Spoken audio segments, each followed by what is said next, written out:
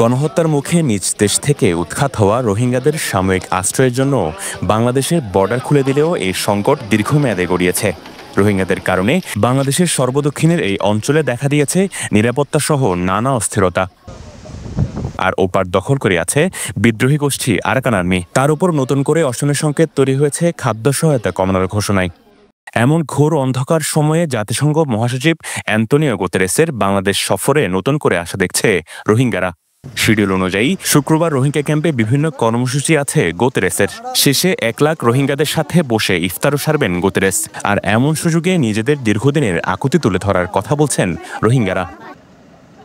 প্রতিবেশী এবং পরাশক্তির দেশগুলোর কার্যকর উদ্যোগ না থাকায় প্রত্যাবাসনে আলোর মুখ না দেখা রোহিঙ্গারা গুতেরেসের কাছে দাবি তুলবেন নাগরিকত্ব নিশ্চিত এবং দ্রুত নিরাপদ জোন তৈরি করে তাদেরকে মিয়ানমারে ফেরত পাঠানোর।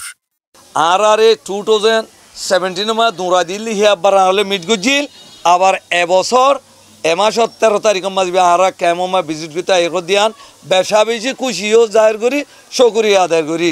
অ্যান্টনি গুটার যদি আরার কাছে আইয়ে আর এবারে একাং কথা কইম দে বাংলাদেশ আর দেশ ন একেমো তারা লম্বা জিন্দি করতে না চাই 8 বছর গিয়ে হই আর তো দেশ আছে তো রোহিঙ্গা রেসপন্সিবিলিটি হইলে ইউএন আর ইউএনএইচসিআর জলদি আর কানাম মাঝে আর টুপি দি সেফ জঙ্গলিতে রোহিঙ্গা আর এখন যাইম বই হে কথা রিকোয়েস্ট করছুম। স্থানীয়রাও গুতেরেসের রোহিঙ্গা ক্যাম্প সফরকে গুরুত্বপূর্ণ মনে করছেন। তারা বলছেন রোহিঙ্গা সংকট দিন দিন প্রকট হচ্ছে, যার প্রভাব ভোগ করছে বাংলাদেশের মানুষ।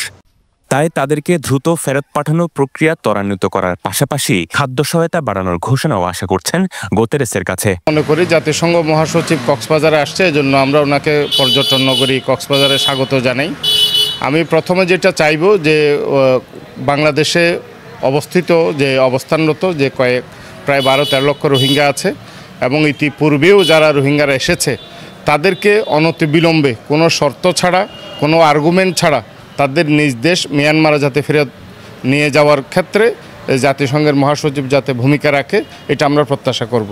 দ্বিতীয়ত আমরা প্রত্যাশা করব যে রোহিঙ্গাদের জন্য যে খাদ্য সহায়তা আগে যে পরিমাণ ছিল আমরা যতটুকু জেনেছি ইতিমধ্যে সেটা অর্ধেক করা হয়েছে। যদি সেটা অর্ধেক করা হয় তাহলে কিন্তু কক্সবাজার সহ বাংলাদেশের পরিস্থিতি আইনশৃঙ্খলা পরিস্থিতি অবনতি হতে পারে। আমরা দাবি করব যে তাদের খাদ্য সহায়তা বা অন্যান্য যে সহায়তা সেটা যাতে বাজার মূল্য অনুযায়ী আরও বাড়িয়ে দেয়। স্যার হচ্ছে না এমন কোনো কী অপরাধ হচ্ছে সেটার হিসাব দেওয়া যাবে না, কী অপরাধ হচ্ছে না সেটার হিসাব দেওয়া যাবে।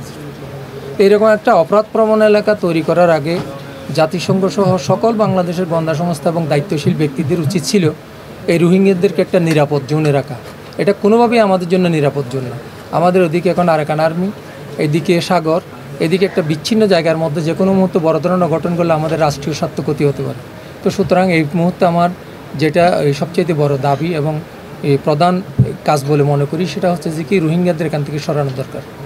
খুব ইম্পর্ট্যান্ট টাইম যে সময়ে আমেরিকা এবং ওয়ার্ল্ড ওয়াইড আমাদের বাজেটের কিন্তু অর্ধেকে নিয়ে যাচ্ছে, যার ইতিমধ্যেই প্রভাব পড়তেছে পড়বে, খুব মারাত্মক প্রভাব।